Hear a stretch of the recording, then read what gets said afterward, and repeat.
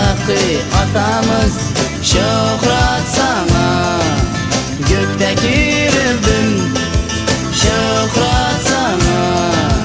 Asmandaki atamız şöhret sana, gökteki Rabbim. Rabbin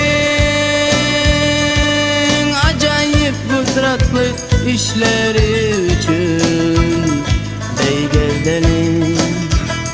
Rabbin onun himmetten üstünlüğü için beygirdelim. Şöhret sana, asmandaki atamız şöhret sana, gökteki Rabbim şöhret sana. Asmandaki atamız şöhret sana, gökteki Rabbim. Coşun sunaylar, gıncaklar çalıp aydalayın Rabbimize. Coşun tas oynap tepler çalıp kutlayın Rabbimize. Şöhret sana, asmandaki atamız şöhret sana, gökteki Rabbim şöhret sana.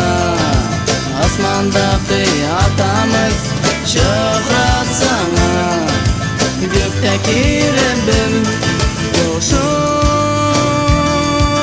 sunaylar, gıncaklar çalıp aydalayın Rabbimize. Coşun tas oynap depler çalıp kutlayın Rabbimize.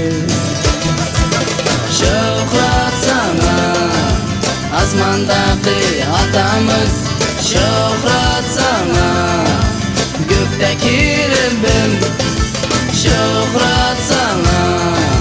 Asmandaki atamız şöhret sana, gökteki Rabbim. Hey! Şöhret sana, asmandaki atamız şöhret sana, gökteki Rabbim. Şöhret sana, asmandaki atamız şöhret sana, gökteki